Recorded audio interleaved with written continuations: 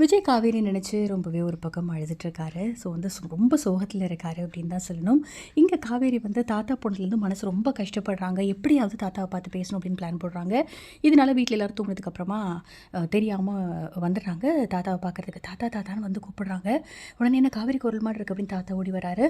வந்தோடனே என்னம்மா இந்த நேரத்தில் வந்திருக்கு அப்படின்னா, தாத்தா உங்கள்கிட்ட ஒரு விஷயம் சொல்லணும். சொல்லுமா தாத்தா, இந்த மாதிரி காலையில் எங்கள் வீட்டில் பேசினதுக்கெல்லாம் எனக்கு ரொம்ப கஷ்டமாக இருந்துச்சு தாத்தா. மனசே சரியில்லை, உங்களை பார்க்கணும் போல இருந்துச்சு.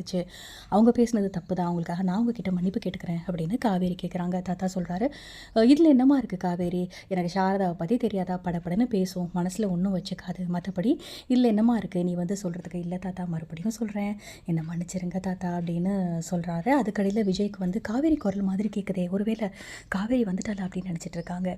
அதுக்கப்புறம் வந்து தாத்தா இந்த மாதிரி நீ இப்போ காவேரி நீ இங்கேயே வந்துட்டியாமா அப்படின்னு சொல்லும்போது, இல்லை தாத்தா நான் எங்கள் அம்மாவுக்கு தெரியாமல் தான் நான் வந்திருக்கேன், எங்கள் அம்மா ரொம்ப கோவமாக இருக்கிறதுனால இப்போ என்னால் எந்த முடிவுமே எடுக்க முடியாது அப்படின்னா, அதுவும் கரெக்டு தான்மா, உன் அம்மா கோவம் குறையட்டும், கொஞ்ச நாள் போகட்டும், எல்லாமே சரியாயிடும், அது வரைக்கும் நீ எதையுமே நினச்சி கவலைப்படாது அப்படின்னா. ஆமாம் தாத்தா, நீங்களும் எதுவும் கவலைப்படாதீங்க, விஜய்கிட்டையும் சொல்லுங்கள், கண்டிப்பாக வந்து எல்லாமே சரியாகும் தான் நானும் நினச்சிட்ருக்கேன். ஒரு நாளுமே மனசு சரியில்லாமல் இருக்கிறதுனால உங்களை பார்க்குறதுக்கு வந்துட்டேன் அப்படின்னு சொல்லும்போதே அங்கே பாட்டி அந்த பக்கம் சாரதா குரல் கேட்குது.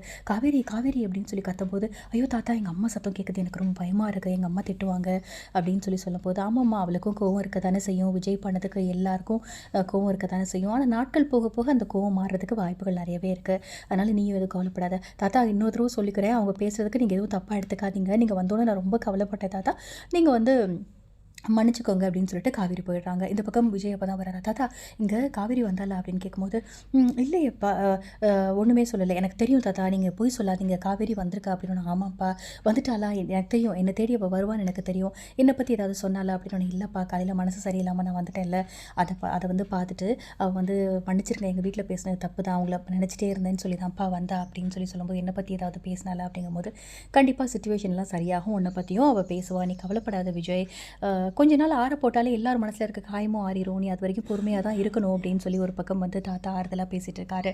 அடுத்து என்ன நடக்க போகுதுன்னு வெயிட் பண்ணி பார்க்கலாம். இந்த வீடியோ பிடிச்சிருந்தா லைக் பண்ணுங்கள். இந்த மாதிரி அப்டேட்க்கு நம்ம சேனலை சப்ஸ்கிரைப் பண்ணுங்கள். தேங்க்யூ.